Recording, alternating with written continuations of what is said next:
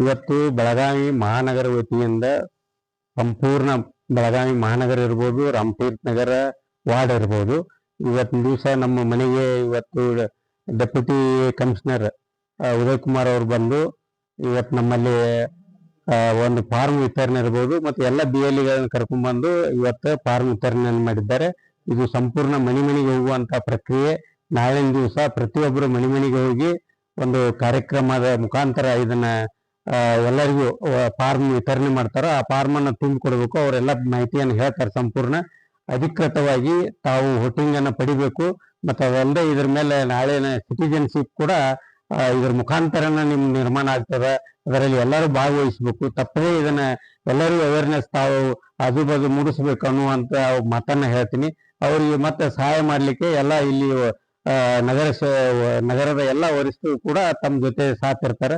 BLE ಜೊತೆ ಅಧಿಕಾರಿಗಳು ಇರ್ತಾರೆ.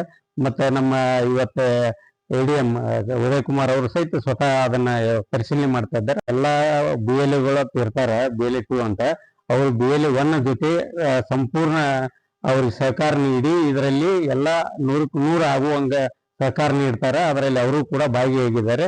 ಅವ್ರಿಗೂ ಕೂಡ ಭಾಗಿಯಾಗಿ ಎಲ್ಲರ ಮನೆಗೆ ಹೋಗ್ಬೇಕು ಅನ್ನುವಂತ ಮಾತನ್ನ ನಾನು ವಿನಂತಿಸ್ಕೊಳ್ತೀನಿ. ಡೆಪ್ಟಿ ಮೇಯರ್ ಆಗಿ ಬೆಳಗಾವಿ ನಗರ ಜನತೆಗೆ ಎಷ್ಟು ಮಟ್ಟಿಗೆ ಮಹತ್ವ FIR ಮಾಡೋದು ಅದ್ರ ಬಗ್ಗೆ ಇದನ್ನ ಪಕ್ಷಾತೀತವಾಗಿ ನಾವು ತಗೊಂಡು FIR ಮಾಡಬೇಕು. ಈ FIR ಬಗ್ಗೆ ಬಹಳ ನಿಮ್ಮ ಸಿಟಿಜನ್ಶಿಪ್ ಪ್ರೂವ್ ಆಗೋದು ಇದ್ರ ಮೇಲೆ, ನೀವು ಭಾರತೀಯರನ್ನು ತೋರಿಸೋದು ಇದ್ರ ಮೇಲೆ. ಅದಕ್ಕೆ ಇದು ಮುಂದಿನ ದಿವಸ ಬಿಟ್ಟಾಗ್ತೈತಿ. ಯಾರು ಕೂಡ ಅನಧಿಕೃತವಾಗಿ ಬಿಟ್ಟು ಹೋಗಬಾರದು. ಬಿಟ್ಟು ಹೋದ್ಮೇಲೆ ಮತ್ತೆ ಅದ್ರ ಪ್ರೊಸೀಜರ್ ಹೆಚ್ಚಾಕೋತ ಹೋಗ್ತೈತಿ. ಅದಕ್ಕೆ ದಯವಿಟ್ಟು ಎಲ್ಲರೂ ಭಾಗವಹಿಸ್ಬೇಕು. ಪಕ್ಷಾತೀತವಾಗಿ ಇದರಲ್ಲಿ ಭಾಗವಹಿಸಿ ಅಧಿಕಾರಿಗಳಿಗೆ ಸಹಾಯ ಮಾಡಬೇಕು. ಸಂಪೂರ್ಣ ಇದರಲ್ಲಿ ಈಗ ಅವರು 24x7 ಕೆಲಸ ಮಾಡ್ಕೊಂತಾರೆ. ಯಾಕಂದ್ರೆ ನಾವು ಈಗಾಗಲೇ ಅವ್ರ ಜೋಡಿ ಇದ್ ಮಾಡಿದಾಗ 9 ನಾವು ಮನೆಗೆ ಹೋಗ್ತೀವಿ. ಅದರ ನಂತರ 5 ಗಂಟೆ ಮುಂದೆ ನಾವು ಮನೆಗೆ ಹೋಗ್ತೀವಿ. ಮತ್ತು ಸೂಟಿ ದಿವಸದಲ್ಲಿ ನಾವು ಕೆಲಸ ಮಾಡ್ತೀವಿ ಅಂತ ಹೇಳಕತ್ತಾರ ಅವ್ರ.